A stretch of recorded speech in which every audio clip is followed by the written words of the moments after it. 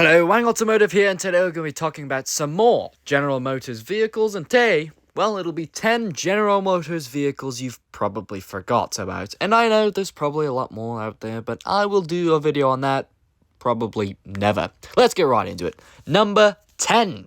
This will be the Cadillac ELR. We're starting the list off pretty strong here with a little known EV made by Cadillac. Well, it's not an EV, it's more of a hybrid little thing. It's, well, rather horrible.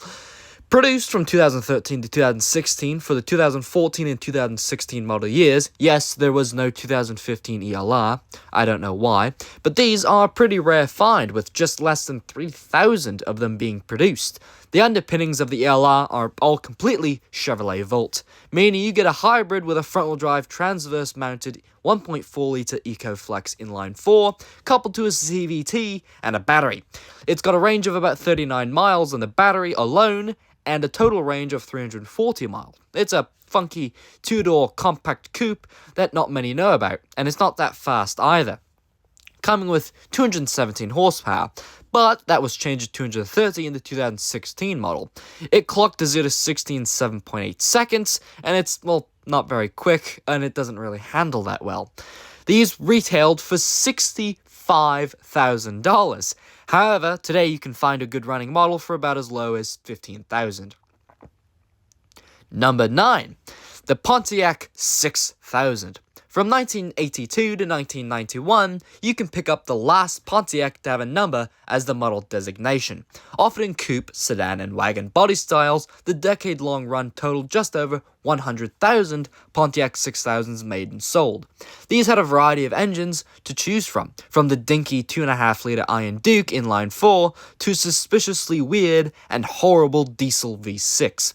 The Pontiac 6000 sits on GM's A-body platform, which is shared with more popular but equally forgettable cars like the Chevrolet Celebrity. Fun fact, I could have owned a Celebrity, and I wanted it badly for some reason. However, that car was unfortunately scrapped. Well done. The other A-body cars were the ever-so-famous Buick Century and the Oldsmobile Cutlass Sierra. Surprisingly, the 6000 had a sporty version called the Sport Touring Edition. The STE was named by Road & Track as the top 12 enthusiast cars of 1984. The STE would offer a high-output 2.8-litre V6 with a thunderous 135 horsepower. The nameplate was continued use after the 6000 was discontinued, and it was used up until about 1993 on the Pontiac Grand Prix. Number 8. From 1997 to 1999, you can pick up one of the most controversial and influential EVs of the 20th century. The EV1 was out to be the next best thing in automobiles, with 70 miles of range and the lowest drag coefficient of just about any production car. With just over 1,000 units made, they're all leased out to customers, not bought. However, in 2002, GM ordered the destruction of all EV1 cars. Many speculate GM sabotaged the product and attempted to delay the EV revolution further to sell more ICE vehicles and spare parts. They crushed the cars anyway. However, after a lot of protesting, GM decided to hand over about 15 of the cars to put in museums and college students so they can rip them apart. All but one of these cars are functional, as GM made sure to take out anything that could make the cars functional again. Number 7. You may know what the Cadillac Escalade EXT was, a weird, funky pickup based off the Cadillac Escalade. But that's not Cadillac's first pickup truck. And yes, the one I'm talking about was sold at dealers, despite not being made by Cadillac themselves. These are extremely rare entries, with only 204 of them being made, and that's on the high side of the estimate. They were produced in 1975 and 1976, and they're based off a land yacht of a car, the Cadillac Eldorado. These were powered by 8.2-litre boat anchor. The Mirage pickup may very well be the heaviest ute ever to be made, or at least it's the longest. One of these recently sold at auction for $41,000, a small price to pay for a large piece of heaven on clouds, chrome trim, and a set of Leonard Skinner tapes. Number 6. The Hummer H3T. Most would know the H2's pickup version, with its comically small bed box and horrible looks to match.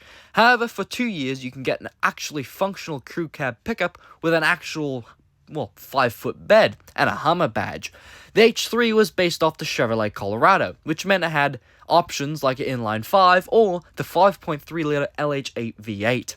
The H3T was only produced for 2009 and 2010, until Hummer was axed by General Motors. Technically, the H3T is a mid-sized pickup, although it certainly doesn't look that way. Overall, 2,700 of these were sold to men that needed an ego boost. Fun fact, I saw a white one while heading from Walmart the other day, and I was in near awe of how blocky and American it was. You know, I badly want one of these. Shame, they're only $25,000 now. Number 5, the Chevrolet Laguna. Now this technically is a gussied up Chevelle, but that's not stopping me from putting it on this list. The Laguna was sold from 1973 to 1976, and offered a stylish performance-ish luxury option for a buyer that thought the Chevelle was too boring and homely. These are mostly coupes, but you can find them in sedan and wagon form.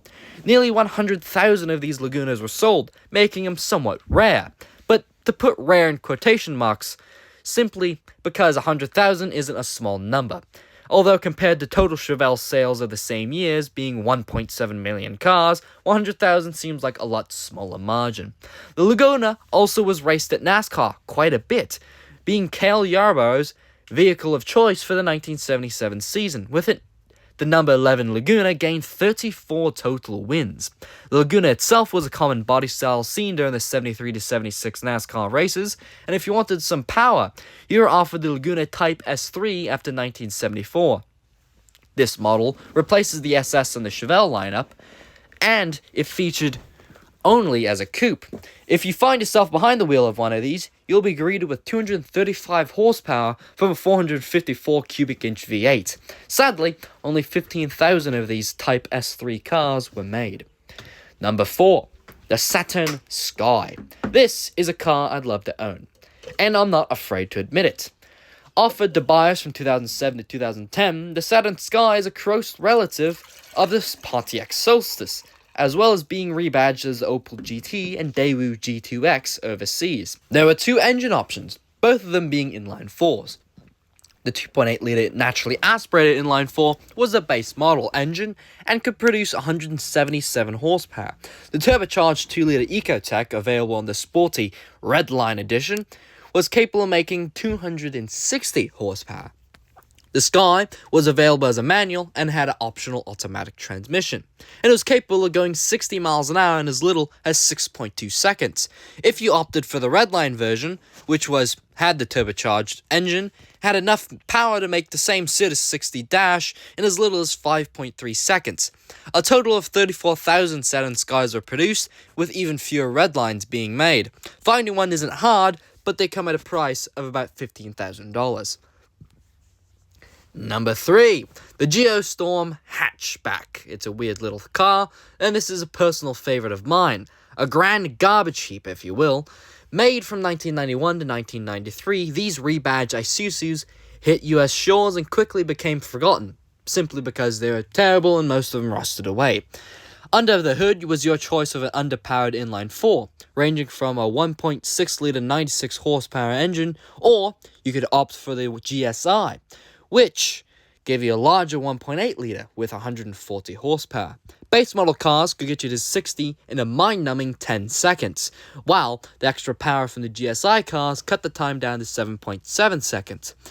Even though it's a front-wheel drive car, the handling was actually very good. Notably, it was better or the same as a Mazda RX-7. So that's something going for it. The Storm sold better than its superior sibling, the Isuzu Impulse. There were 40,000 Geo Storms and only 13,000 Isuzu Impulses, despite the Isuzu Impulse being a much better car. Number 2, Chevrolet Greenbrier. Technically, the Greenbrier is on 2 vehicles, the latter of which is a station wagon Chevelle made from 1969 to 1972, available with a 454 V8. The one I'm talking about is a 61 to 65 Chevy Corvair-based Greenbrier sports wagon. It's not very sporty, and it's a horrible wagon.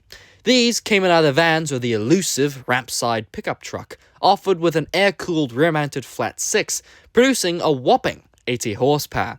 If you got one of these cars after 1964, you'd be greeted with 96 horsepower. You're almost in the 100. You're almost in 100. It's still horrible. The trucks are the rarest, with production totaling the measly 3,100 units. The normal Greenbrier wagon sold over 70,000 units, but production quickly fell off after the introduction of Ford and Chrysler's more iconic water-cooled front-engine Econoline and Dodge A100 vans. These vans are hard to find today, not that you'd want to be looking for one. And finally, number 1, the GMC Sprint. Do you consider the El Camino a car? Well, boy do I have news for you. GMC made a car, and I'll do a video on that later because it's real. But today I'm talking about something that was popular, but just fell off the history books, the 1971 to 1977 GMC Sprint, and later the 1978-87 GMC Caballero. That's an El Camino, a coupe utility, but it's weird, it's funky, and I love them very, very dearly. They came in line 6s, they offered massive V8 like a 454, and you've mostly forgot about them. Some 85,000 Sprints and Caballeros were made, which is minuscule compared to the massive 500,000 units of El Camino. I saw a 72 Sprint for sale a year ago, and after looking online, these forgotten units go for around $20,000. A pretty penny for a coupe utility, or an El Camino with fancier seats.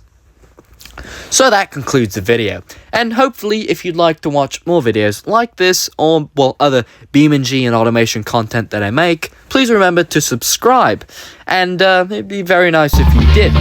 So of course, thank you for watching. This has been Wang Automotive, and I'll see you next time.